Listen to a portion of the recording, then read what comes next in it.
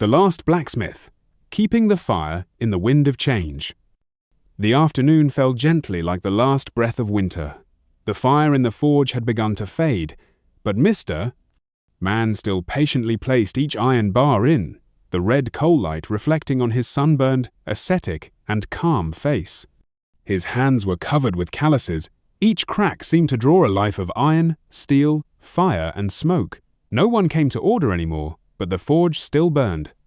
Burning not for profit, not for fame, but for a person who chose to live fully with what he believed was right. He was the last blacksmith of Truk village, the last person to keep the fire in an era where everything was running after convenience and speed. His hand-forged knives might not be able to compete with mass-produced knives, but in each one he made was a part of his heart, a breath of silence and perseverance. 1. The fire left by father. Mr. Man's childhood was the sound of hammers clanging by the fire. His father, a famous blacksmith, once said, "A knife is not just for cutting trees, it is an extension of a person. If your mind is steady, the knife will be sharp. If your mind is chaotic, iron is just iron." Back then, his forge was always on fire. People from everywhere came to order, knives for hunting in the forest, axes for clearing fields, even wooden swords for children's games. The blacksmithing profession was a source of pride, a support for an entire poor countryside. The older Mr. Man grew, the more he understood. This profession is not just about creating tools, it is a way to train oneself, forging knives, forging will. Each hammer blow is a lesson in patience, each failure is a lesson in humility. He loved that profession as much as he loved himself, the identity that made him unable to become anyone else. 2. The wind changes. Time waits for no one. When he was over 50, Chinese knives flooded in, cheaper, sharper, shinier. People started to turn their backs on hand-forged knives, uneven, not trendy. Then the market changed.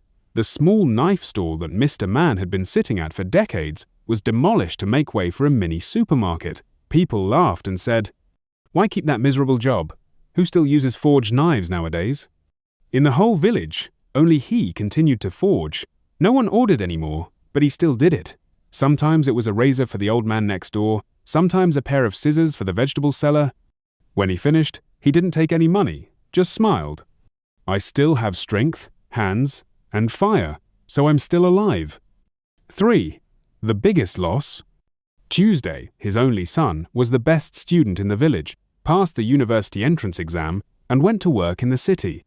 Once, when he returned to visit, Tuesday saw his father bending over to forge a knife, and said as if choking, "Dad, the world has changed. Don't cling to the past anymore." They argued. Tuesday angrily left.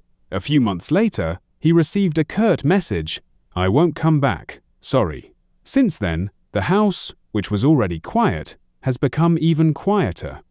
No one calls him Dad anymore. Only the sound of hammers and fire still resounds every night.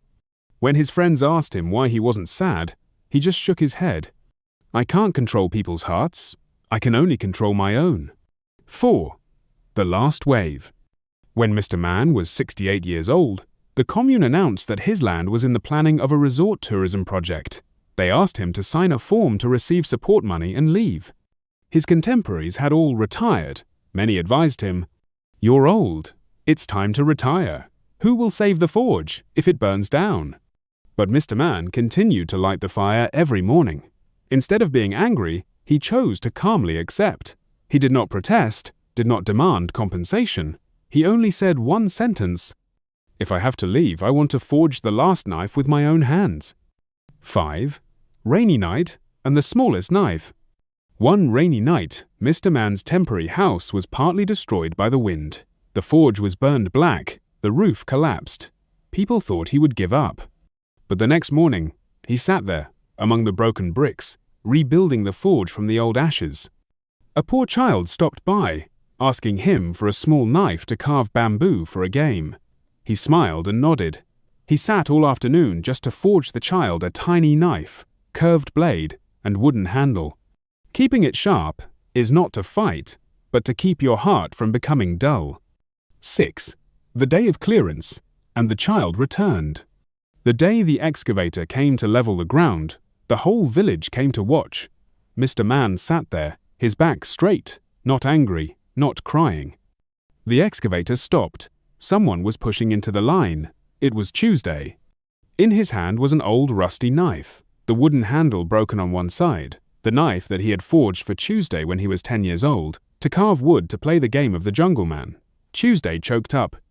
You have gone too far to realize that there are things that never get old. Mr. Man did not cry, just touched the old knife lightly, smiled. I did not keep the fire for you to look back. I kept it because I chose to live like that. 7. Last words. The fire that does not die. Now he no longer has a forge, but every morning he still sits at a small table, sharpening the wooden knife blade, teaching a few poor children how to sharpen it, how to work carefully and patiently. People say Mr. Man is the last crazy person in the village, but the children call him the fire forger.